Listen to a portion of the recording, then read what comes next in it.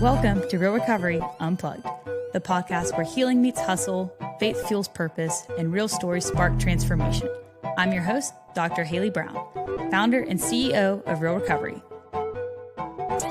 I'm an osteopractor, entrepreneur, believer, and someone who's passionate about rewriting the script on healthcare one life at a time.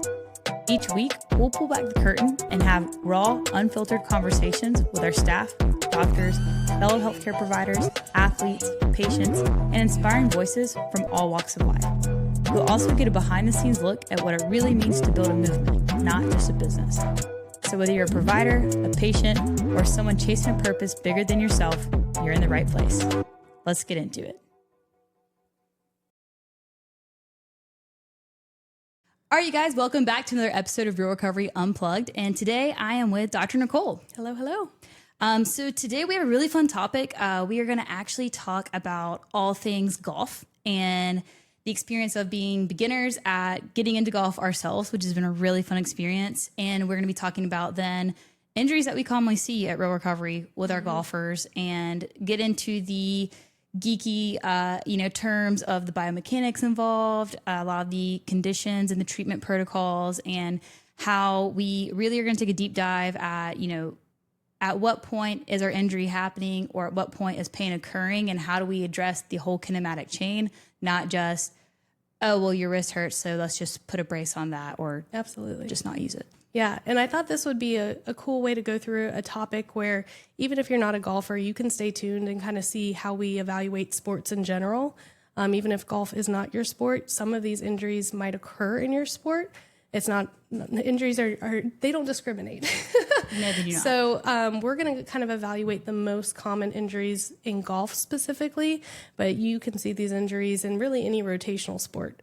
And we have a lot of rotational sports out there between hitting, a baseball, softball, swimming can even be considered a little bit of rotation. Volleyball, wrestling. tennis.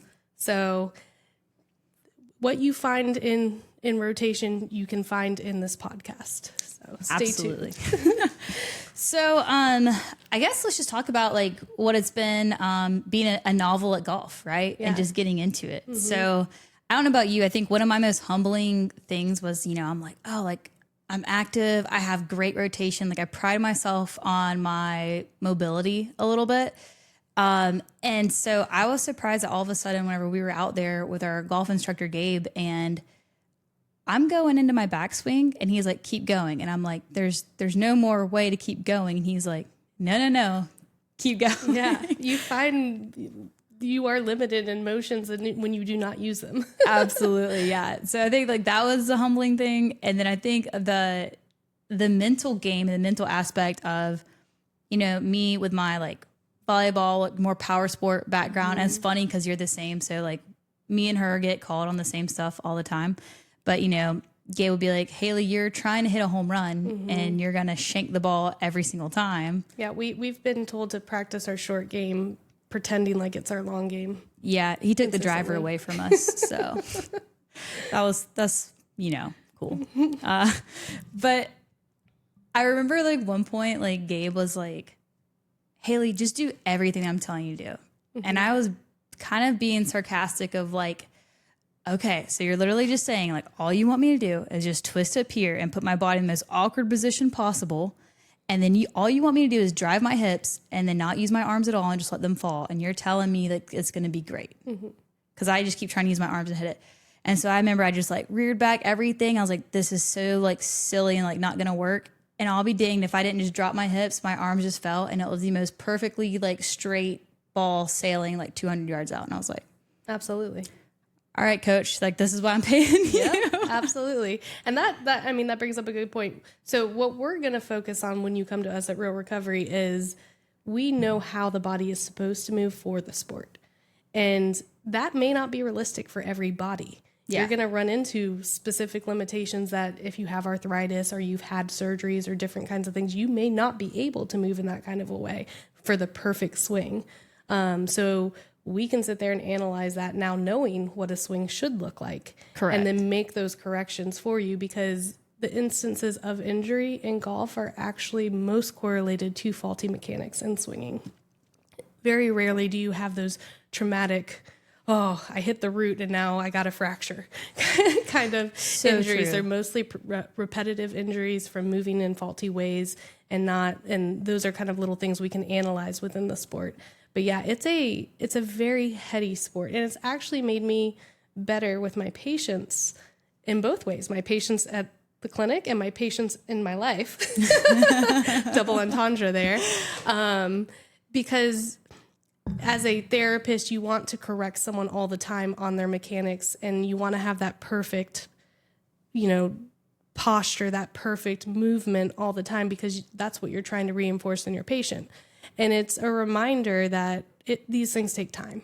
It takes repetition. And that's what, going back to any exercise that we give anyone, sometimes you don't need the voice correction. You don't need the tactile cues. You don't need all of that every single time we're sitting there with you. It is homework for a reason. You have to put in the work yourself. Once you've been told what to do, getting through there and just putting those repetitions in and realizing one day, sometimes it's clicking, sometimes not. That's the beauty of the body and getting that learned behavior in. And that's been kind of the most humbling experience to me, because I was a swimmer, and so I relied heavily on my upper body rotation. I moved from my upper body. My lower body always follows, and I've had to completely reverse that pattern in golf. And Gabe is always telling me, you're not getting around enough. You're not swinging the hips around enough, and that's why I'm cutting every single hit that I do, which has been fun learning the terminology, because there's a lot involved when you're getting into a new sport. But just like when you're learning any sport, what a slice is, what a cut is, what an open face is, what a closed face is, and being able to correlate that to our patients and have that real talk with them, it's going to up our game on treating golfers in general. Oh, for sure. To be able to have more of the jargon understanding too. So it's been a great experience, and I'm excited for what Real Recovery is going to enter into with amateurs and maybe some pros. We'll see if we can snag some pro athletes in there. Well, I have 3 PGA people right now.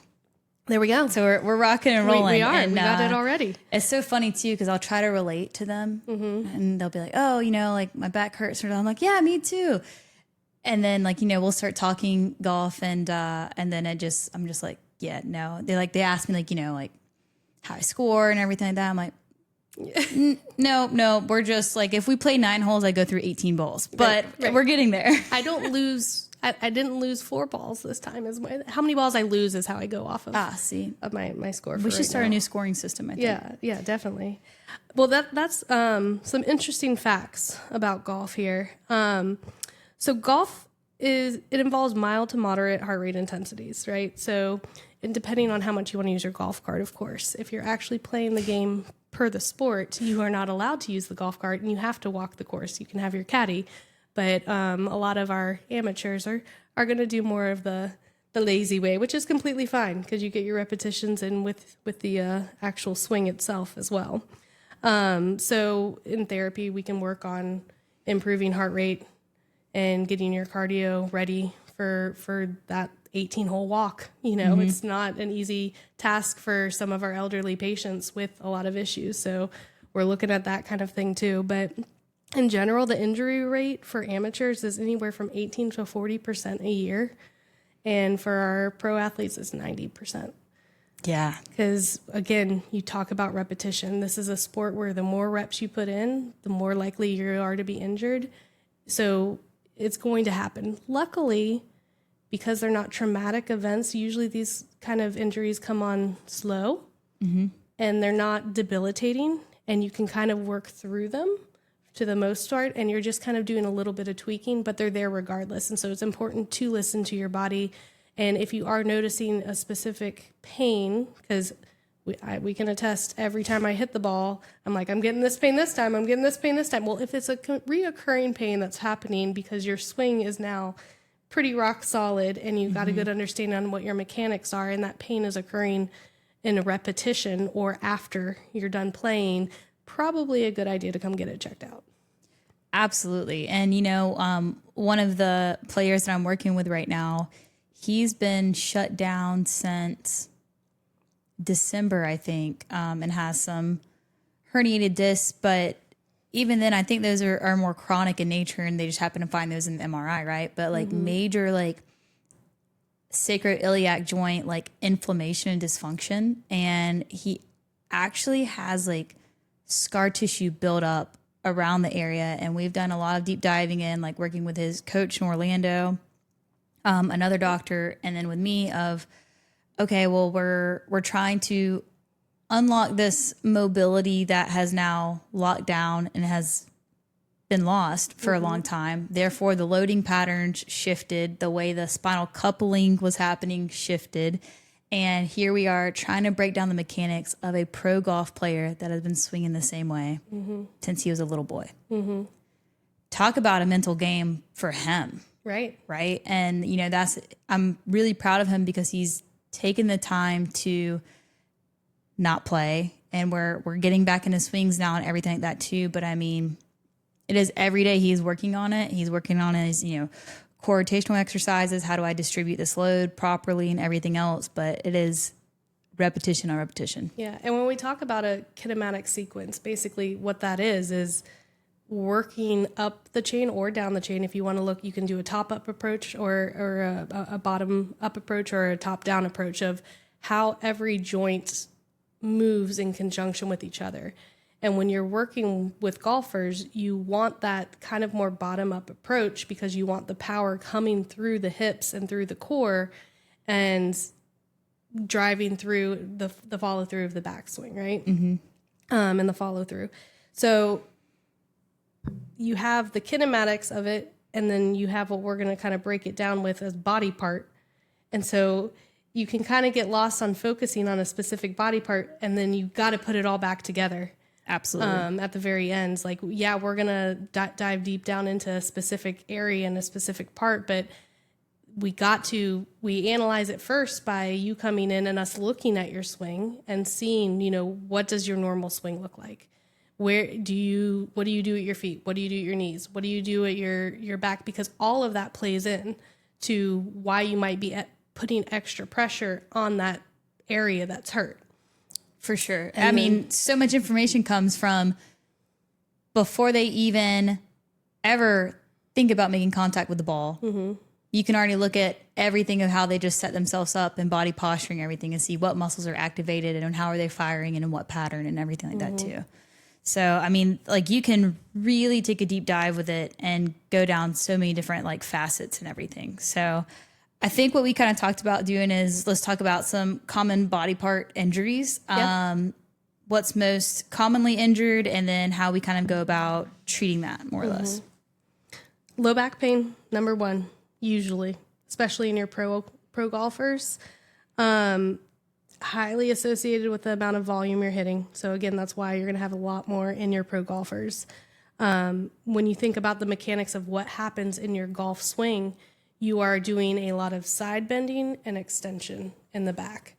And that puts a lot of pressure on the joints of the back. And so if one of your joints isn't moving properly, or you have some degeneration that is existing, or again, talking about the kinematic chain, if something's a little wonky above or below the chain and you're not supporting the back in the proper way, you're going to end up with some back injuries. It's not as important with the back to really dive deep down and focus on, okay, I have a sprain or a strain or a herniation and all these things, and focus so much on what the actual injury is, as it is important to focus on the mechanics and getting that kinematic chain working again. And we'll hone in on maybe some dry needling or some different kinds of modalities and stuff, or specific manual therapies to address any hypomobility in joints that we can kind of correlate. But it's not so much a heady, okay, you sprain this and so you're out for 6 weeks. Usually when we're working with the back injuries, we're not so much dependent on that tissue derangement as we are how the mechanics are with the back. That can change sometimes, but we talk about compressive forces. When you do your golf swing, you're 8 times your body weight in a compressive force through that golf swing.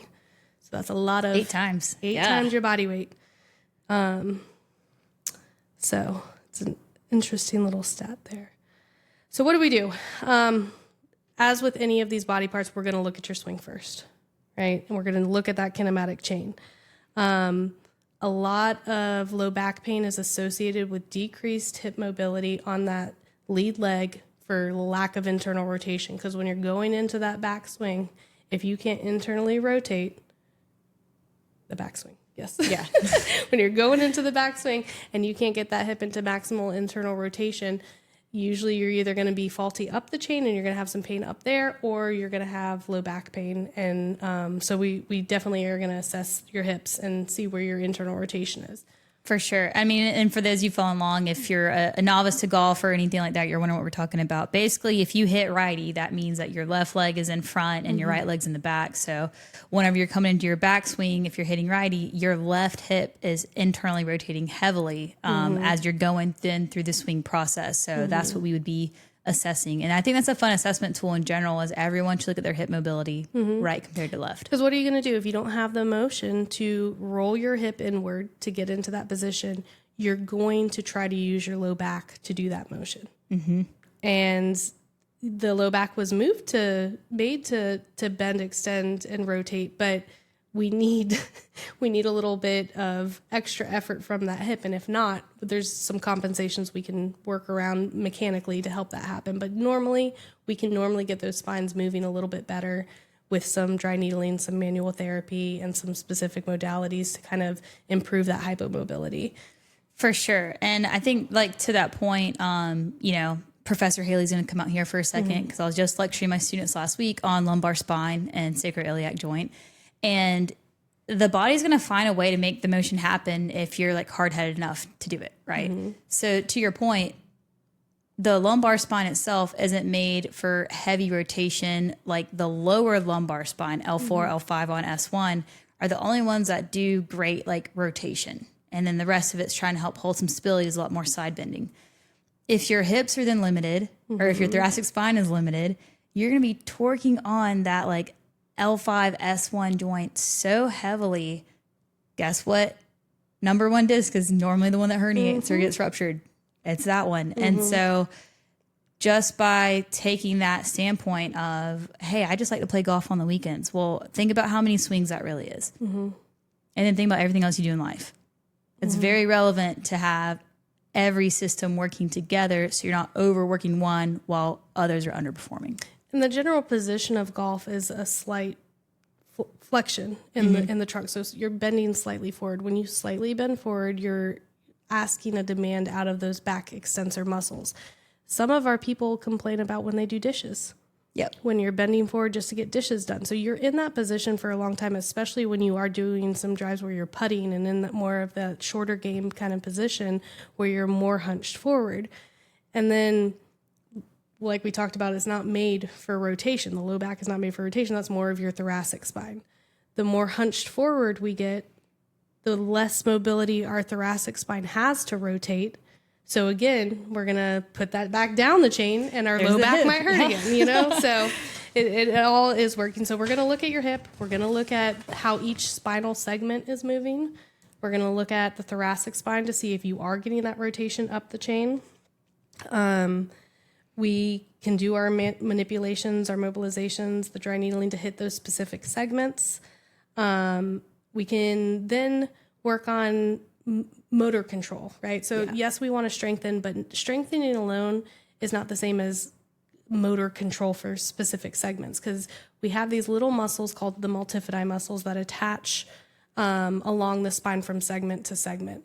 And so when you do these gross motor patterns where you're just like moving in a full swing or not breaking a movement down, a lot of the times if you have extra mobility at a specific segment, that those bigger muscles of those long extensor muscles and everything kind of take that joint for a ride, and you don't have that specific spinal segment control. And so you really need to learn how to use those muscles in a smaller kind of way to stabilize that joint, because a lot of the times it's not the stiff joint that's causing the pain. It's the hypermobile joint that is moving too much and irritating you because it's moving too much, and then that inflammation sets in from moving too much. So we got to kind of look above and below where it is, adjust and get that hypomobility gone above and below those segments, and then work on the stability of that segment. absolutely. Preach it, Dr. Nicole. So we look at that, and then for overall strength, your big hitters for low back pain are going to be your hip abductors, your glutes, your lumbar extensors, that multifidi muscle we talked about, and then your deep core transverse abdominis. I mean, those are your heavy hitters in any kind of low back pain program that you're going to have to work on strength for. For sure. And it's important to be able to activate at one. And yes, this is where, like, I think physical therapy gets a bad rap. And I think this is where a lot of poor physical therapy is done, is all they do is exercises on a ab mat or on a treatment table. And it's like, well, that is great that you can activate all those things on the table. That's beautiful. That is step one. You need to be able to turn it on. If you never then take it through the ranges of motion that is required with your sport, or then to the speed that is required with your sport, you might as well not even be able to turn it on, because you got to have it coordinated to go through the whole thing. And so a big thing that we hit heavy on is called muscle firing patterns.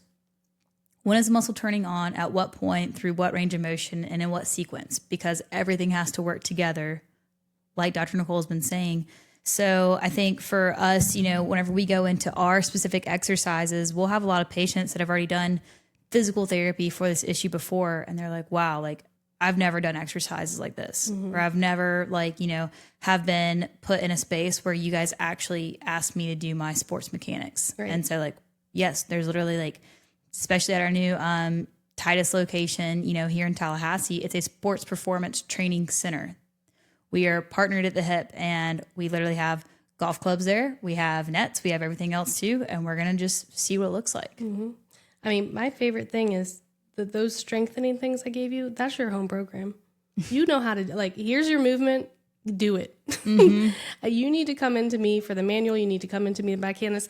I mean, I'll put you on my schedule if you want me to just beat you up. I can do that too. If you need me to, like, drill it into you, we can definitely do that too. But if we talk about where our expertise lies and where you can get that at physical therapy at other clinics, a lot of the times they're just working on the strengthening. Yeah. They're literally just sitting you there, having you do bridges, having you do different stuff that you can do at home.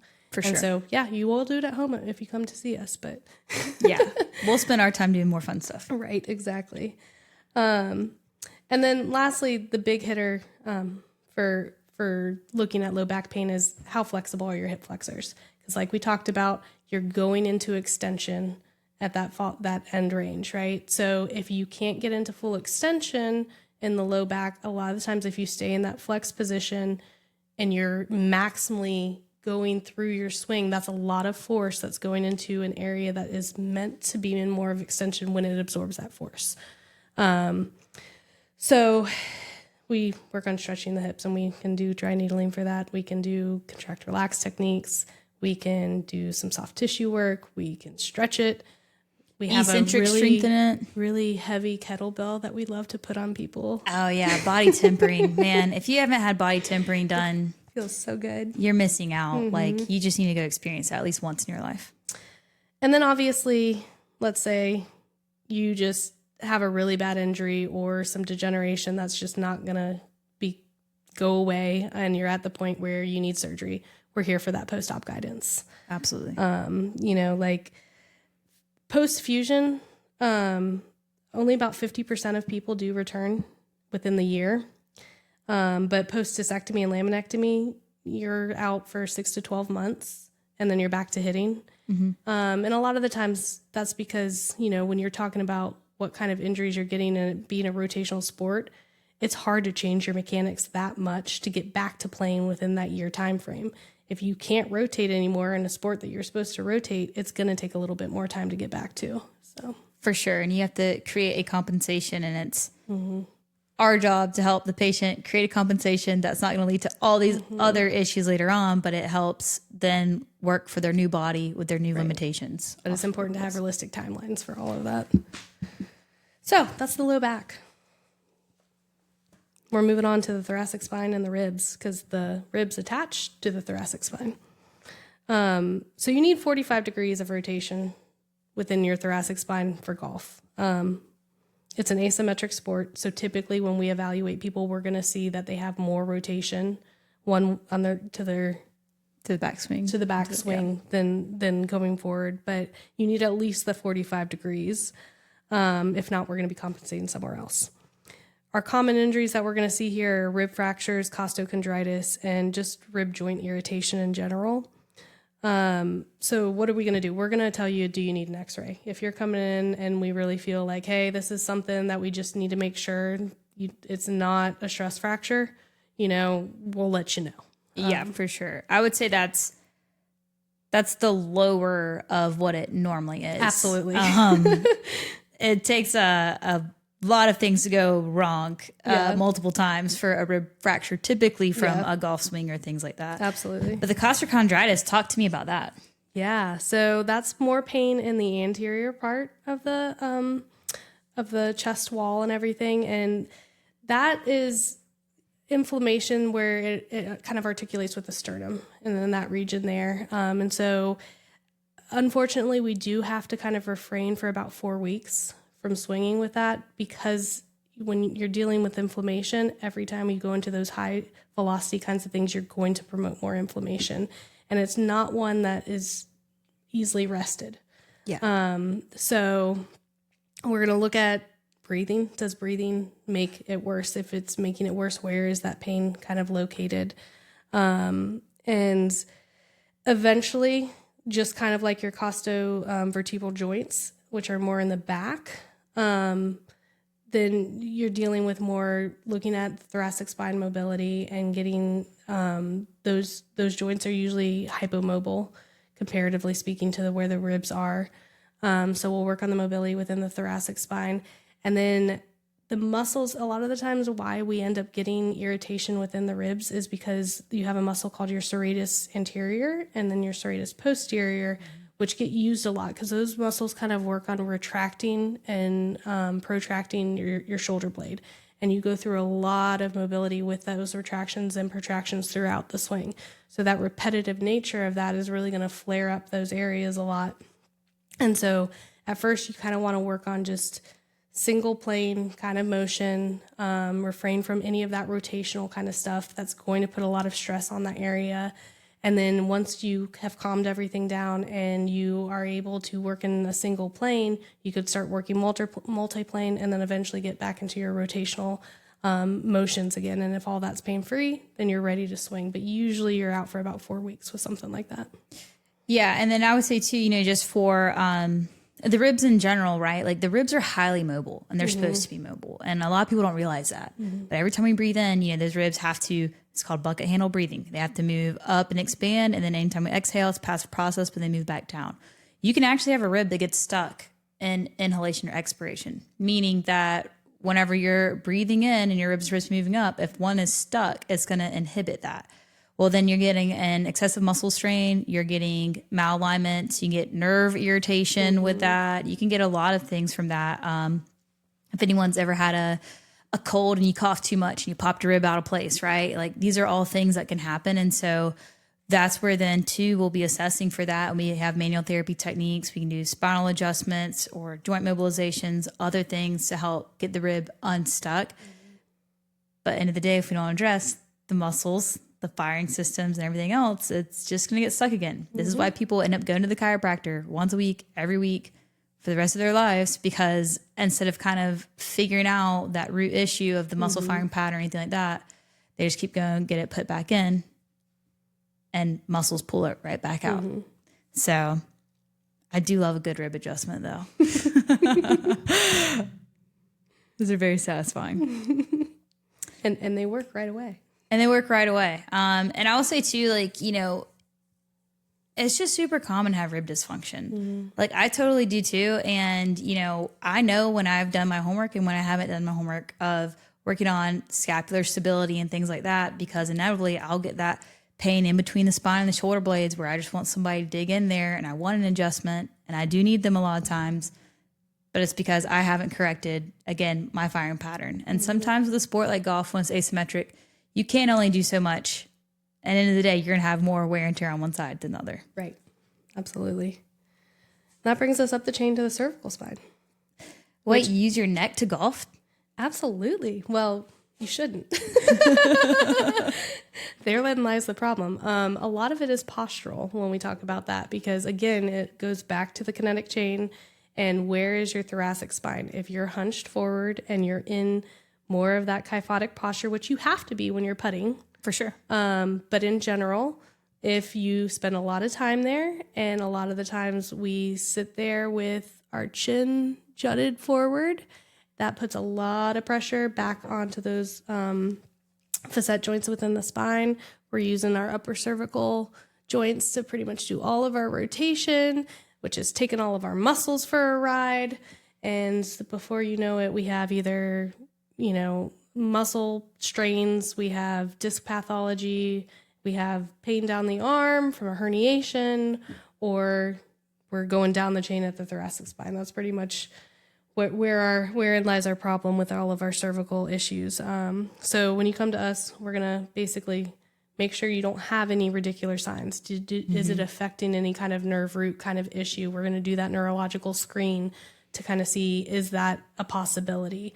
You have nerves that sit right around that area around the facet joints that even if you don't have a herniation, when you have inflammation, that inflammation can sit on the nerve and then kind of make those nerves really angry and refer pain. And a lot of that pain is also referred to that shoulder blade area too. So you might think you have a rib problem, but it actually is coming from your cervical spine.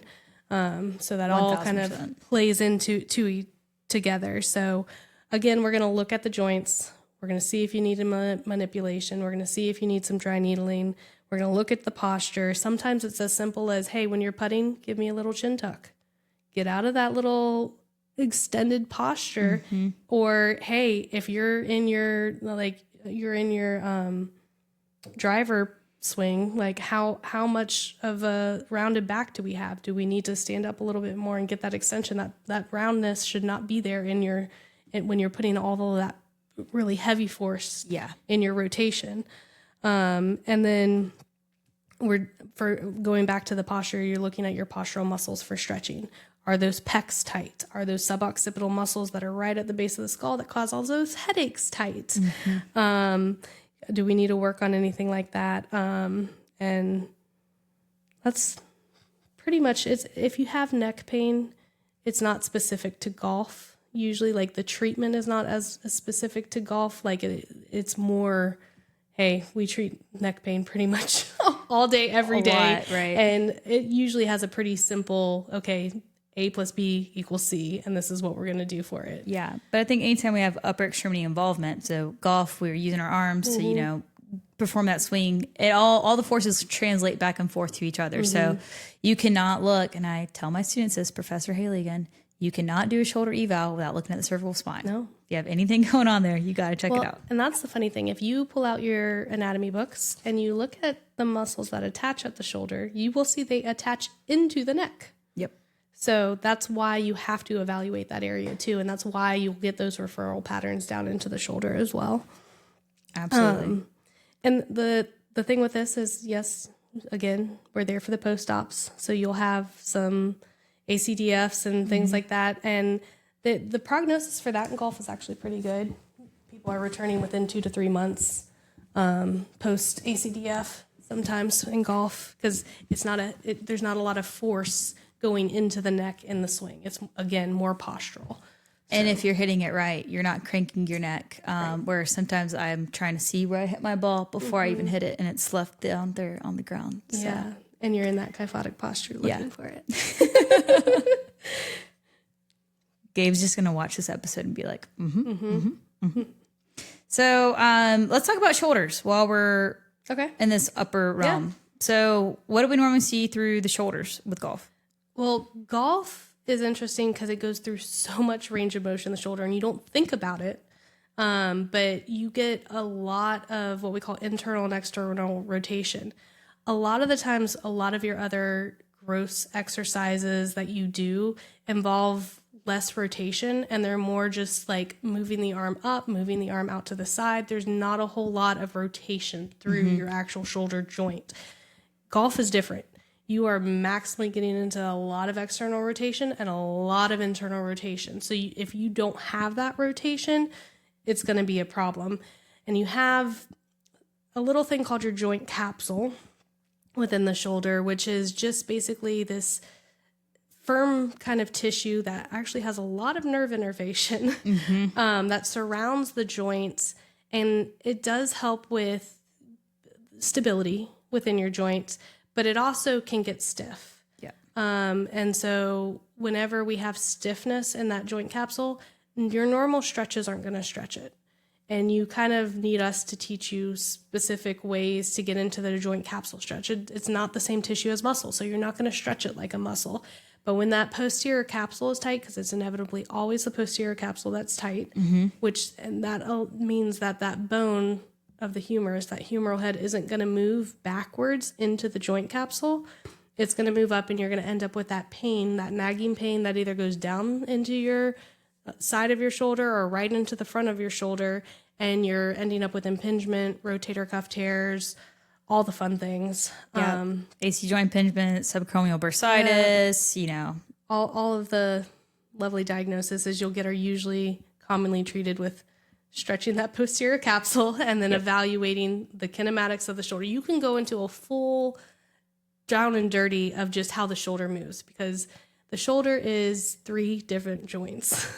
Yes, it is. It is scapulothoracic, which is your shoulder blade, the AC joints with the clavicle, and then the actual glenohumeral joint, which is what you guys probably all think of as just your shoulder joint, your ball and socket joint. And so when we're evaluating that, you've got to consider all 3 joints working in conjunction with each other, which again ties us back to that thoracic spine, the muscles that attach to the thoracic spine and the shoulder, and kind of work up the whole chain. But we see a lot of impingement, a lot of shoulder instability, some labral pathologies, some rotator cuff tears. So again, you're going to be looking at that postural correction, because a little fun thing that we can just do right now sitting here. If you hunch forward and you turn your thumb down and raise your arm up as high as you can, and then just simply sit up and rotate your thumb up, you'll see you get so much more range out of your shoulder.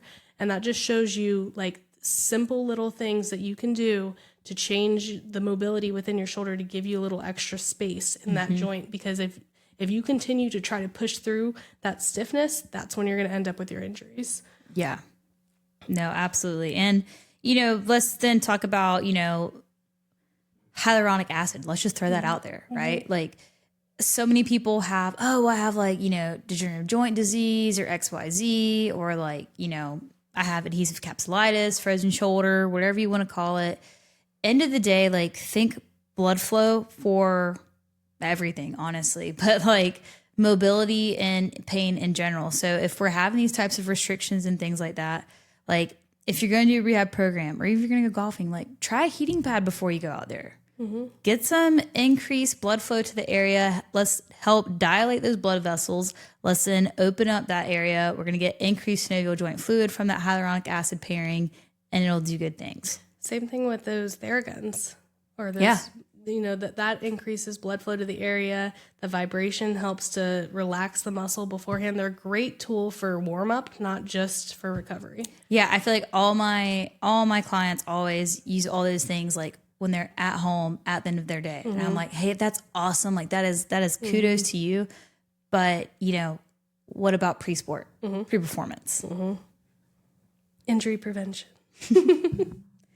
And then working our way down to the elbow. So we have something called golfer's elbow, and we have something called tennis elbow. And ironically, as Dr. Nicole was talking with me earlier, most of the time golfers have tennis elbow. Yep, absolutely. And it's usually in that lead side, so your left hand for your right-handed golfers. Most of the time it's because you're not keeping the arm straight through the swing.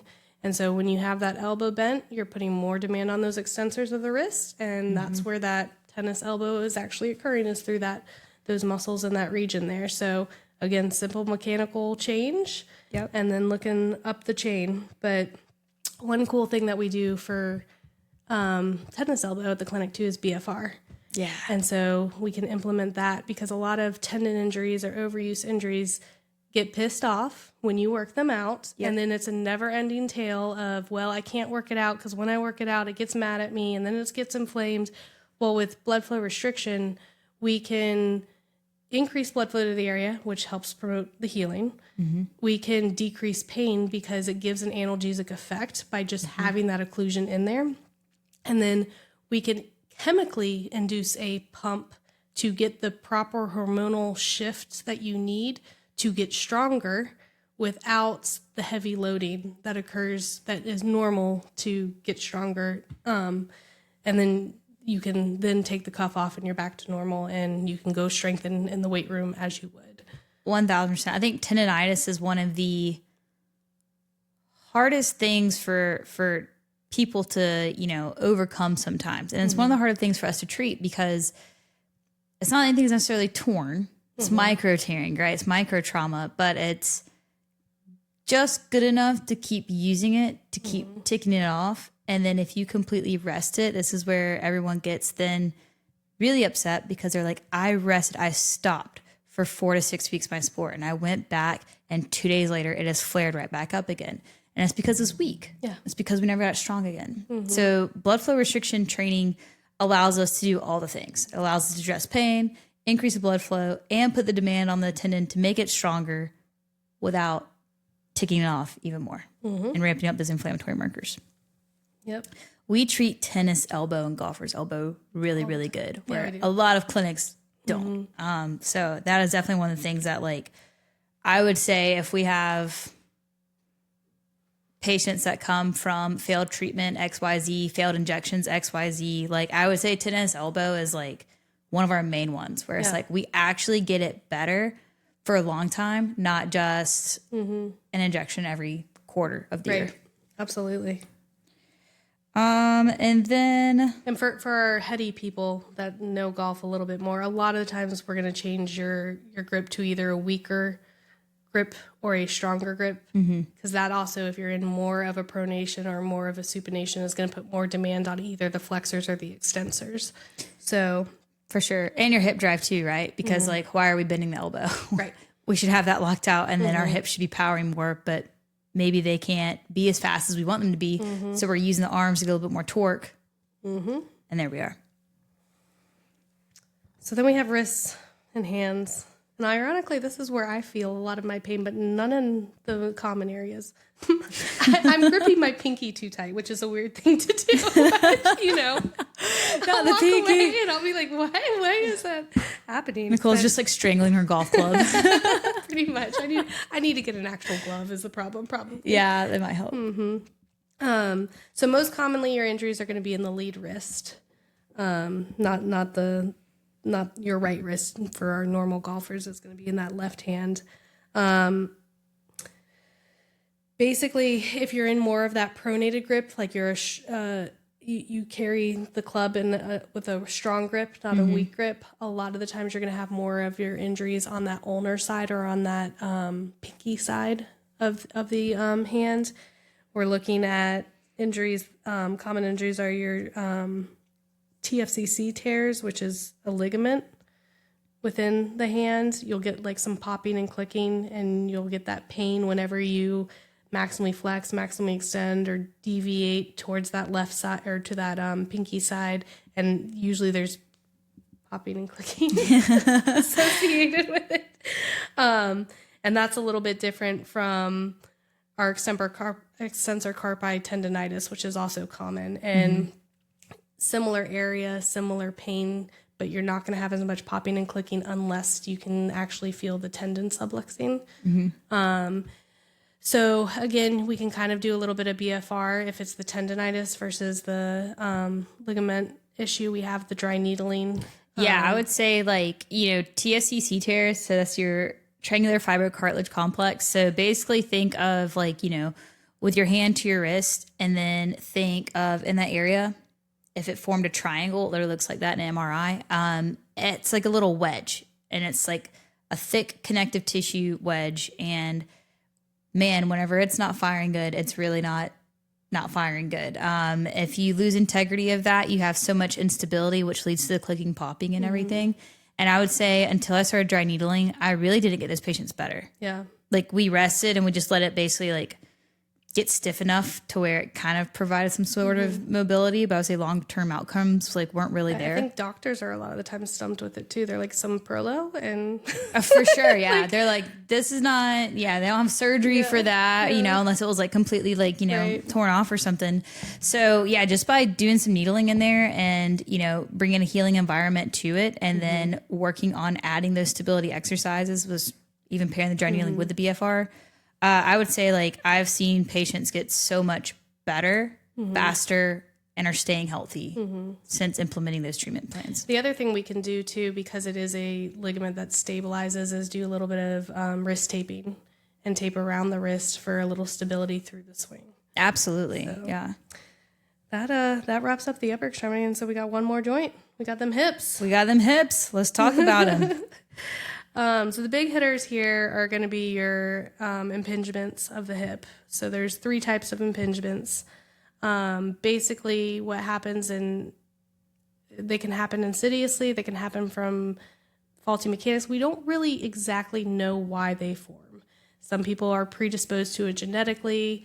Sometimes it is from an injury, but a bony fragment will form either on the femoral head or within the cavity of the acetabulum or on both. And it will cause a bony block or a bony impingement through rotation. So a lot of these people will have difficulty with that full internal rotation. They'll have pain all the way externally rotating because then it rubs. They can't extend the hip all the way because they're getting into that block again. And a lot of that pain is going to be on that groin pain, that anterior pain.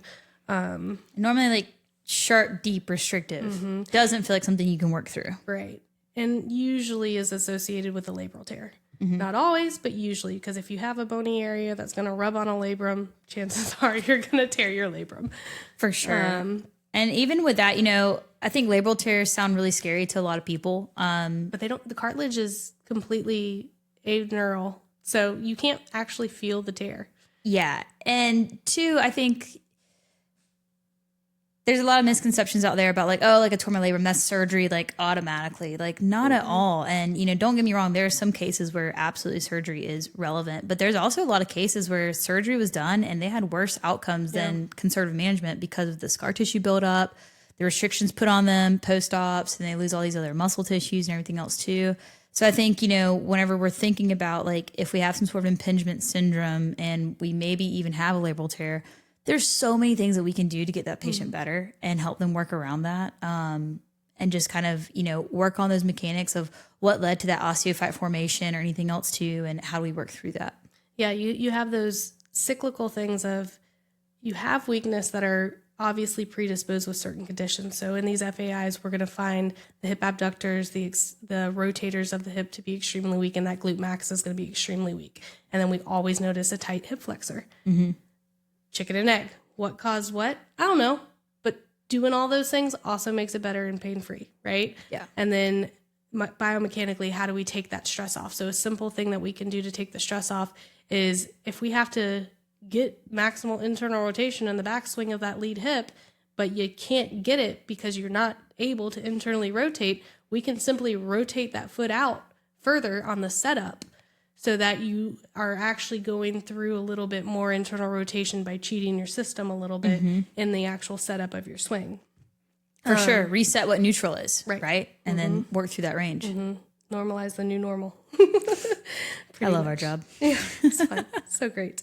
And arthritis is the cousin of FAIs. A lot of the times it's a FAI gone down the long road. Yep. Or it could just be, repetitive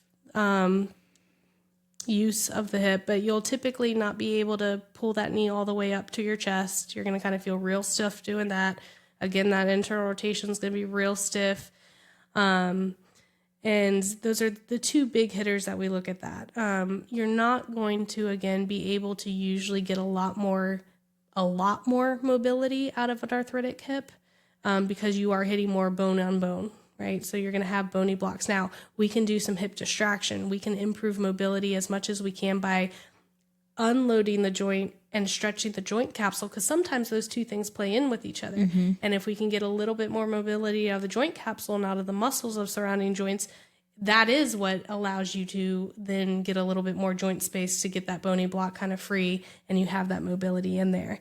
Again, these are not really stretches you can perform on your own. We have some ways that we can show you on how to do bandage stretches to kind of do at home, but nothing beats a good old traction, long axis traction, or a glide, an inferior posterior glide of your hip manually. Just putting really, some power behind it, and holding it there. And I would say too, you know, like with arthritis, like, yes, we're not going to change anything structurally. Like you had osteophyte formation there, you have those little bony buildups and things like that. Sure, cartilage changes. But again, it all comes back to blood flow, right? And so like a lot of times with arthritis, if I, you know, had a patient that was told they had arthritis in their hip, they automatically stop using that hip. It is like a mental thing that we do as humans. And, you know, I think that a lot of ortho docs don't do a good job of educating the patient on arthritis and what that really means. And so all of a sudden they stop using that hip. They stop bearing weight through it. They stop putting it through certain ranges of motion. Well, what happens then? Exactly. The joint capsule starts stiffening up. All of a sudden we have poor blood flow because we just created this barrier to it. Now, all of a sudden, all of those little rotator muscles and everything, they start stiffening up and not moving well. And then it's like you go to stretch and you just can't stretch anymore because everything did get so tight because you let it go so, you know, unused for so long, and then we have issues. So a lot of our jobs then is whenever we have arthritic patients come in, we spend so much time doing dry needling, manual therapy, everything else just to get a good tissue environment again. And then all of a sudden they're like, holy cow, I just bent over and like touched my toes for the first time and I don't even know how long. I didn't think that was possible. And of course, sometimes we do need to have surgery, right? And the orthodox have gotten great at hip replacements. They have. Honestly, like if the second a patient's telling me like they have a worn out hip, I'm like, well, just how worn out is it? And then I'm like, honestly, your life is going to be better with a new hip. Like, it just is. The only question is, how long is the hip going to last you? Right. So where are we at in your lifespan? Are you going to maybe need a second one? And where are we at with that kind of a thing is really the bigger question. Yeah, no. Then are you going to feel better after those hips? For sure. Because I think sometimes too, like physical therapists, love our profession and things like that.